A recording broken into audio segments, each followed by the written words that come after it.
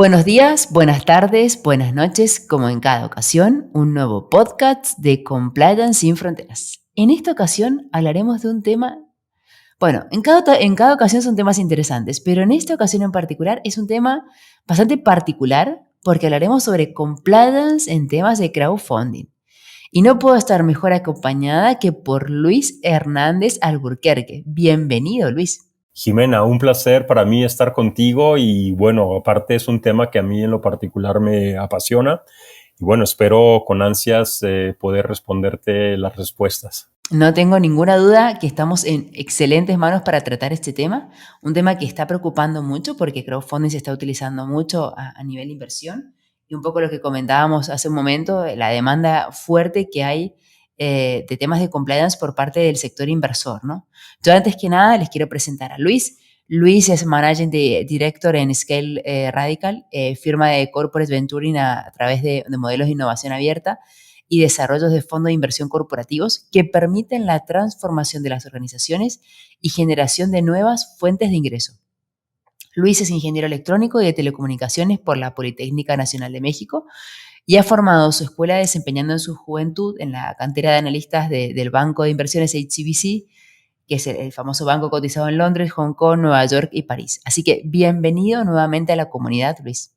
Jimena, un placer en verdad estar aquí contigo y bueno, genial de que hablemos de ese tema, aparte que me apasiona, que hemos venido trabajando el tema de crowdfunding y bueno, genial poder estar aquí contigo. Muchas gracias, Luis. Yo una de las preguntas que te quiero hacer es, básicamente, hacer una pequeña intro de que el crowdfunding es un fenómeno relativamente nuevo, data concretamente de la era de la web 2.0 o 3.0, pero a día, a pleno 2022, podemos decir que ya tiene cierto recorrido. Y su analítica de procesos en cuanto a compliance suele centrarse exclusivamente en torno al análisis KYC de sus efectos antiblanqueo. Pero, ¿qué otras variables de riesgo crees que suscita el crowdfunding y qué crees que tienen que empezar a incorporarse también en el análisis de riesgos? Buenísima pregunta. Yo te diría que hay varias perspectivas que tienen que ver, voy a tratar de englobarlas un poco, pero una de las perspectivas tiene que ver con el tipo de producto que se va a comercializar o es el objeto del crowdfunding. Otra es el modelo de negocio. Otra perspectiva también está muy asociada a la madurez de este producto, por ejemplo, y evidentemente a la regulación que impera sobre cada uno de esos tipos de modelos. Para ser más preciso, por ejemplo, en el caso que te comentaba de tanto el producto y el modelo de negocio, hay diferentes formas de conectar oferta y demanda en los temas de crowdfunding, por ejemplo. Hay plataformas que están muy enfocadas a los temas de recompensa, por ejemplo, donde la recompensa para quienes participan dentro de este modelo es ser de los primeros adoptadores en tener el producto que se va a lanzar al mercado, por ejemplo. Si vas a lanzar, no sé, un nuevo computador, un nuevo teléfono o algún nuevo dispositivo, por ejemplo, pues evidentemente yo colaboro para poder ser de los primeros que van a tener en sus manos ese dispositivo, por ejemplo. Hay otro modelo que está mucho más enfocado a donaciones, donde la recompensa en este caso es más un tema sentimental, emocional, o que tiene que ver con otro factor quizás de ser más altruista, digamos, hacia una causa social, por ejemplo, ¿no? Hay otros modelos que están más relacionados hacia temas de equity, por ejemplo, donde ahí se hace una inversión directa sobre un activo en este caso, o bien una plataforma de lending o préstamo, donde obviamente se espera también un retorno de inversión por ese préstamo que se hace, ¿no? Eso en cuanto al modelo de negocio. Ahora bien, en cuanto al riesgo asociado, que yo decía, por ejemplo, la madurez del producto, pues evidentemente no es lo mismo cuando estás haciendo una inversión en una startup, por ejemplo, que está en una etapa muy temprana y tiene un alto riesgo y una alta posibilidad de que ese emprendimiento fracase, por ejemplo, versus cuando haces crowdfunding para un modelo mucho más maduro, como puede ser un tema PropTech o un tema de financiación en temas para la construcción, por ejemplo, ¿no? Donde a quien vas a financiar es una empresa constructora que ya tiene mucha experiencia desarrollando edificios o casas de habitación o centros comerciales, por ejemplo, y donde evidentemente allí el tema se convierte en un tema mucho más financiero versus una startup que está en una etapa muy temprana y ahí el riesgo es todo prácticamente, ¿no? Y el tercer enfoque que te comentaba, pues evidentemente es desde la regulación y cómo proteges, en este caso, a las partes que conforman ese modelo de inversión, ¿no? Por un lado están los inversionistas, por otro lado está el recaudador de los recursos, que son los emprendedores muchas de las veces, y el tercero, que es la plataforma que conecta la oferta con la demanda, básicamente, ¿no? Entonces, digamos que a grandes rasgos son las diferentes perspectivas y evidentemente cada una tiene diferentes niveles de profundidad y diferentes niveles de consideraciones también para cada tipo de modelo, ¿no? Sí, totalmente. Y además las particularidades que comentas, ¿no? Porque básicamente tu hábitat de trabajo natural es el corporate venturing. Es decir, la palabra venture lleva implícita una asunción consciente de un riesgo de negocio, ¿no? Y de hecho, como es sabido, básicamente sobreviven una porción muy pequeña de los proyectos de Venture Capital. Lo que ocurre es que si uno de los proyectos es exitoso, acaba compensando con creces por todos los demás fallidos en la cartera de inversores, ¿no? Pero bien, ¿qué razonamientos son extrapolables? Es decir, la asunción de riesgos conscientes en pos de un proyecto de compliance que cuente con recursos limitados para su implementación. ¿Cuál es tu feedback al respecto? Mira, también es una excelente pregunta porque sí, sin duda lo que nosotros hacemos está muy asociado al riesgo. Y lo primero te diría es cómo abrazas el riesgo, ¿cierto? Cómo te relacionas con el riesgo. Lo que dices es muy cierto. Por ejemplo, estamos en una industria donde las estadísticas muestran, sobre todo en Estados Unidos, que uno de cada 10 emprendimientos son los que sobreviven, por ejemplo. O sea, la tasa de mortalidad es muy alta. Si eso le sumamos entornos como el de Latinoamérica, donde la incertidumbre es todavía mayor y vivimos constantemente con ella, pues muy probablemente la tasa sea todavía más pequeña, ¿no? Yo lo que te puedo decir en base a la experiencia que hemos tenido es cómo desarrollas una serie de metodologías y una serie de pasos alrededor que te permitan justamente entender cuál es la naturaleza del riesgo, por un lado, pero por otro lado también cómo ese riesgo o la incertidumbre que te generan los proyectos la puedes ir reduciendo de tal manera que obviamente llegues a un producto que te permita llegar al mercado y que evidentemente puedas comercializar, ¿no? Entonces, dentro de las lecciones aprendidas que nosotros hemos visto con los diferentes emprendedores y conectándolos con corporativos es, primero, tener una metodología base que te permita justamente entender cuál es el riesgo asociado a un proyecto, por ejemplo, y cómo lo puedes disminuir a través de pequeños experimentos que te permitan cada vez y con pocos recursos, que además es la otra característica que tienen los emprendedores y las startups en este caso, es que tienen pocos recursos para invertir, entonces tienen que ser muy eficientes en la manera en que invierten esos recursos y la experimentación te permite justamente ir conociendo a través de pequeños pasos cómo te acercas a un producto que se constituya como el mínimo con el cual puedes salir al mercado, ¿sí? Por otro lado, un tema que es súper importante en este caso es cómo estructuras un equipo que justamente te permita a través de un liderazgo, cada vez que haces un experimento, que cada una de las personas que constituyen el equipo tenga una mirada muy particular desde su óptica, desde su experiencia y desde su saber hacer, cómo contribuye justamente a disminuir el riesgo. Entonces tú te das cuenta que en esos equipos de trabajo tienes gente de marketing, tienes gente de diseño de producto, tienes gente que está muy asociada a la tecnología, obviamente, porque lo que hacemos es tecnología, y en fin, una serie de ramas donde cada uno aporta y agrega valor justamente en la construcción de prototipos y de validaciones que van en pos de disminución de ese riesgo, ¿no? Y yo diría que un último componente súper importante es el compromiso de cada uno de los actores que trabajan en pos de este emprendimiento, porque obviamente si alguno dentro de esta cadena falla, pues obviamente todo el emprendimiento corre un alto riesgo de también fallar, obviamente, ¿no? Sí, yo creo que el focus está puesto en la asunción de riesgos por parte de los inversores, porque si bien son oportunidades de negocio, se pueden presentar muchas situaciones, incluso situaciones de reputación que puedan llevar adelante la pérdida de esa inversión, ¿no? En el caso de los inversionistas, mira que la variable de todas las variables en la que más se fijan es justamente cómo está construido el equipo de trabajo, y justamente porque saben que el producto al final del día puede no ser una brillante idea, pero que si en las repetidas interacciones, cuando están validando el producto y están probando, si el equipo es el equipo adecuado, saben que van a terminar quizás con otra idea diferente, pero con un buen producto. Entonces, lo más importante es el equipo, y es la gran mirada que hacen todos los fondos de inversión. Ahora bien, Luis,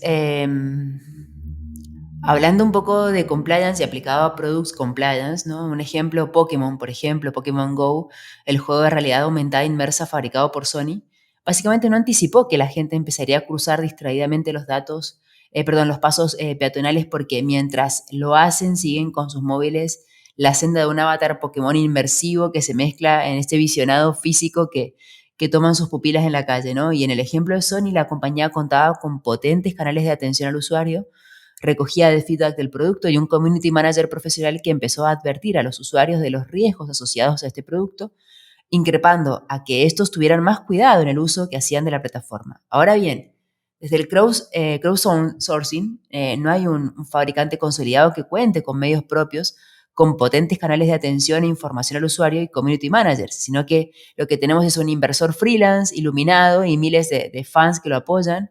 Ahora bien, ¿cómo hacer que se co-construya el compliance al modo en que lo ha logrado Sony, ¿no? Es decir, respecto al uso de su popular juego Pokémon Go, en lugar de dejar toda la suerte o toda la voluntad del inversor, ¿no? En ese punto, tengamos en cuenta que básicamente las nuevas tecnologías normalmente se desarrollan bajo esquemas de crowdfunding, pueden en muchos casos tener un uso dual, por ejemplo, simuladores de vuelo, simuladores de operación torácica, etcétera, etcétera. ¿Qué nos puedes comentar al respecto? Fíjate que esa pregunta es muy buena, y el ejemplo que comentas de Pokémon es genial, porque yo creo que describe muy bien la naturaleza de lo que son los emprendimientos, sobre todo en plataformas crowdfunding, donde al final del día son empresas que se constituyen y que se crean justamente para financiar proyectos, pero donde las mismas plataformas terminan siendo un emprendimiento, y a la vez son plataformas que todavía están en proceso de construcción y de aprender justamente de toda esa interacción entre los proyectos, entre las personas que están buscando la financiación y los inversores que están buscando invertir en ese tipo de plataformas, ¿no? Entonces, hay un tema muy importante que tú comentaste. Al final del día, obviamente, hay una serie de riesgos, como el que pasó en el caso de Pokémon, que fue un hito mundial, porque evidentemente la velocidad con la que adoptaron los usuarios la plataforma fue descomunal, y muchas cosas en muchas ocasiones quedan por fuera o no son vistas hasta que los usuarios empiezan a experimentar con ella, y te vas dando cuenta de otras aristas que no te habías percatado, digamos, en el momento de crear un producto, ¿no? Sin embargo, ¿qué pasa?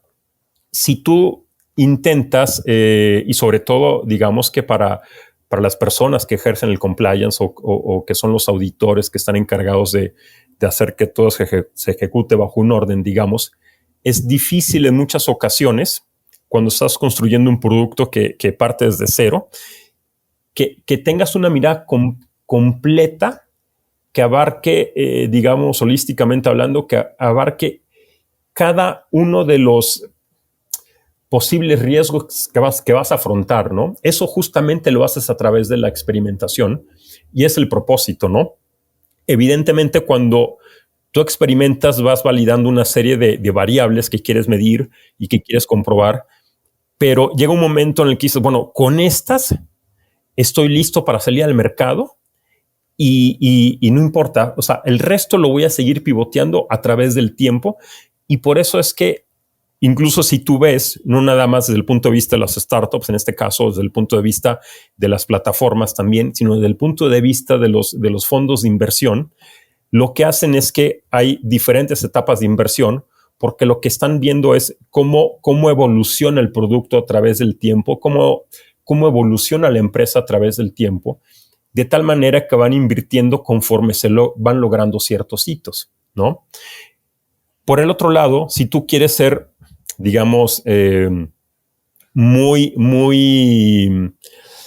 más papista que el Papa muchas veces, ¿no? Decir, a ver, todo eso tiene que estar muy reglamentado y muy regulado. Evidentemente, pues terminas matando una de las características principales de los emprendimientos, que es la capacidad de crear y la capacidad de innovar, ¿no? Al tratarla de meter dentro de un saco rígido que no te permita mover.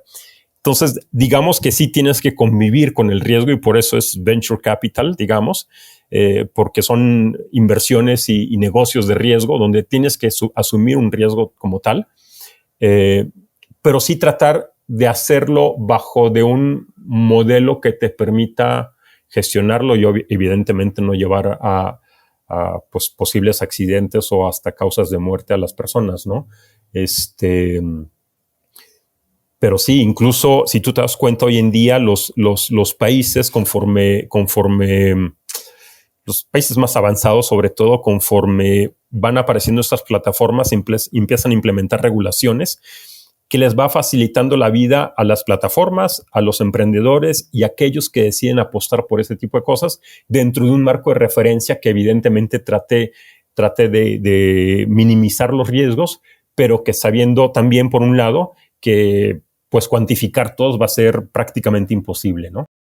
Sí, totalmente, totalmente. La verdad que es apasionante escucharte porque básicamente hablando de riesgos endémicos del crowdfunding, para hacer este background check de grandes inversores que desean formar parte de la cotizada hipotética a la que asesoramos, tenemos Dun& Bradstreet, Bureau Van Dijk, Thomson Reuters con su sitio WorldCheck, pero ya entendemos que estos proveedores normalmente no tienen ningún registro sobre Juan Pérez o Ana García, o el vecino de la escalera de abajo, o la chica que vive en el cuarto uno, ¿no?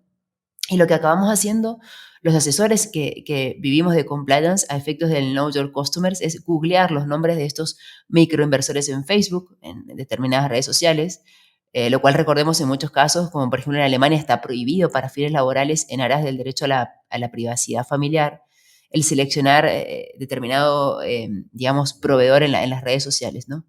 Ahora bien, no obstante, a efectos de crowdsourcing, por el momento actual no existe en España ni en ningún país, entiendo, de Latinoamérica una prohibición de usar este tipo de mecanismos para la admisión de un microinversor. ¿Estamos delante de un doble rasero moral? ¿Qué piensas al respecto? ¿Está bueno tomar estas medidas e investigar en redes o no deberíamos hacerlo y no tenemos por qué involucrarnos en la vida personal del inversor? Sabes que esa es una de las mejores preguntas que me han hecho y es como decidir qué es primero el huevo o la gallina, ¿cierto? Porque es justamente, a ver, el crowdfunding lo que busca hacer por naturaleza, digamos, y por esencia es acercar a la mayoría de las personas que hoy en día no tienen un acceso a unas inversiones que están restringidas a los grandes capitales, a las personas que tienen un alto valor o capacidad de inversión. Lo que buscan este tipo de plataformas es justamente eso, ¿no? Democratizar que cada vez más un mayor número de personas con unos montos mínimos puedan hacer inversiones evidentemente en la bolsa de valores o invertir en startups o invertir en una serie de productos y servicios que probablemente de otra forma no podrían ellos alcanzar, ¿no? Como decir, bueno, voy a contribuir a la creación de este edificio que va a facilitar el tener más casa habitación, por ejemplo, en este sector, ¿no? Entonces yo a través de, no sé, $10 ya puedo hacer una inversión de este tipo que antes no podía hacerlas, ¿no? Y pueden ser inversiones incluso más seguras. La contraparte de esto es justamente lo que acabas de describir. Hoy en día, Juan Pérez, que solamente puede invertir $10,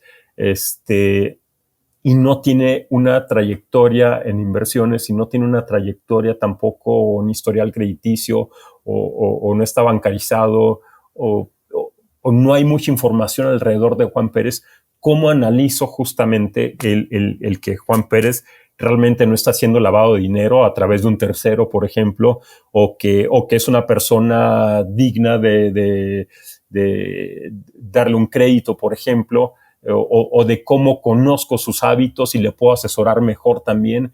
para decirle, mira, no inviertas en este producto e invierte en este otro mejor que te va a funcionar mejor a ti, a tu percepción del riesgo, por ejemplo, ¿no?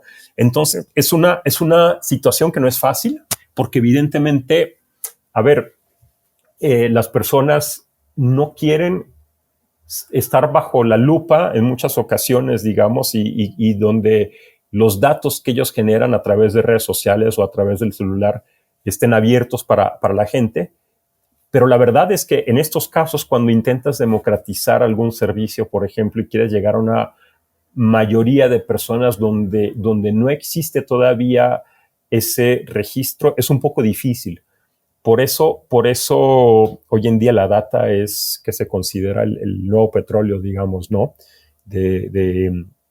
Porque justamente es la que te permite de alguna forma, a partir de tomar variables desde diferentes fuentes, como son redes sociales, el celular, dónde compras, cuándo compras, qué es lo que haces, es tratar de crear un perfil un poco más a detalle, digamos, de esa persona que está invirtiendo, ¿no? Como mencionaba hace un rato, los países que están más desarrollados en ese sentido, como el caso de Estados Unidos, que a través de lo que es el JOBS, que fue la ley que ellos emitieron en el 2012, por ejemplo, para saber o definir cuál es el alcance del tipo de relación que está en este tipo de plataformas de crowdfunding, por ejemplo. Lo mismo hizo la regulación en el Reino Unido con el FCA, que es el Financial Conduct Authority, por ejemplo, que ellos emitieron una ley en el 2014 también para tratar de dar un marco de referencia sobre cómo se tienen que comportar tanto las plataformas de crowdfunding como los inversionistas, por ejemplo, definir unas inversiones mínimas y unos máximos, por ejemplo, pero en base a un perfil del inversor, por ejemplo, ¿no? Entonces, hay una serie de temas detrás que no son sencillos, digamos, y yo creo que en este proceso vamos a ir aprendiendo. Probablemente tengamos algunos descalabros, seguramente, pero yo creo que eso es lo que, como en todas las industrias, cuando empiezan, se conforman a través de la experiencia y a través del tiempo, ¿no? Sí, yo creo que una de las tres palabras que resumen este podcast es crowdfunding o crowdsourcing y riesgos, ¿no? Porque sigue siendo bastante desconocido para el profesional generalista de compliance y ahora que estamos charlando contigo y que para mí eres un experto y un referente en la materia, si nos pudieras adelantar cuáles son los riesgos inusuales o no directamente intuibles que presentan y que presentarán en el futuro los proyectos de crowdfunding a efectos de su inclusión en la matriz de riesgo de muchas organizaciones, ¿no? Hay varios, digamos, que no están por fuera del enfoque tradicional de compliance. O sea, los podríamos resumir en temas operativos, por ejemplo, que tienen que ver con también quiénes son los participantes dentro de ese tipo de plataformas, que como decía, por un lado están el recaudador de los recursos, la plataforma per se y los inversionistas, ¿no? Pero hay dos componentes también que son súper importantes en este caso. Uno que tiene que ver con el producto como tal y otro que tiene que ver, con la tecnología, que hoy en día la tecnología es el habilitador más grande que tiene, digamos, todo ese tipo de plataformas y todo ese tipo de soluciones que están hoy en día saliendo a diferentes mercados, ¿no? Entonces, ¿qué es lo que está pasando?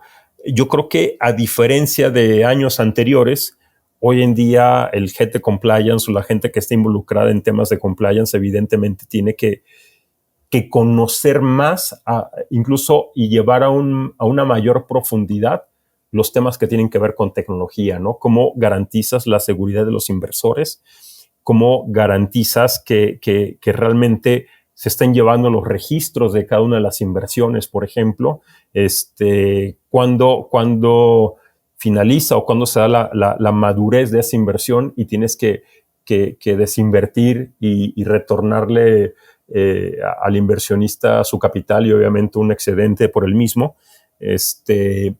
Y el producto, lo que te comentaba al principio, ¿no? El tema que tiene que ver muy desde la naturaleza del producto, la madurez que puede tener un producto, si estamos hablando en el caso de una startup, repito, pues evidentemente ahí el riesgo es mucho más alto que con otro tipo de productos en particular. Entonces, entender también esa naturaleza y la transición que puede tener el objeto del crowdfunding, es súper importante, ¿no? Entonces, yo creo que para la gente de compliance, entender la naturaleza entre una startup y una compañía tradicional madura es fundamental hoy en día, entender temas tecnológicos y por consecuencia, pues los temas operativos que tienen que ver con cada tipo de modelo y cada estructura de crowdfunding, ¿no? No es lo mismo, como decía al principio, un tema de recompensas versus un tema de invertir en un producto que apenas se está conceptualizando incluso muchas veces, ¿no? Luis, muchísimas gracias por este espacio, muchísimas gracias por compartirnos tu experiencia, por compartirnos todo lo que vienes trabajando desde hace tantos años y de la importancia de poner sobre la mesa este tema que es tan importante para las organizaciones y que normalmente es el gran rezagado en las matrices de riesgo, salvo cuando ocurre lo que no teníamos previsto, ¿no? Así que muchísimas gracias por participar. Desde ya, toda la comunidad de Compliance Sin Fronteras estará sumamente agradecida de esta participación y se podría, la verdad, que hacer hasta un congreso de este tema porque es muy interesante y toda la comunidad de Venture Capital estaría muy interesada, ¿no?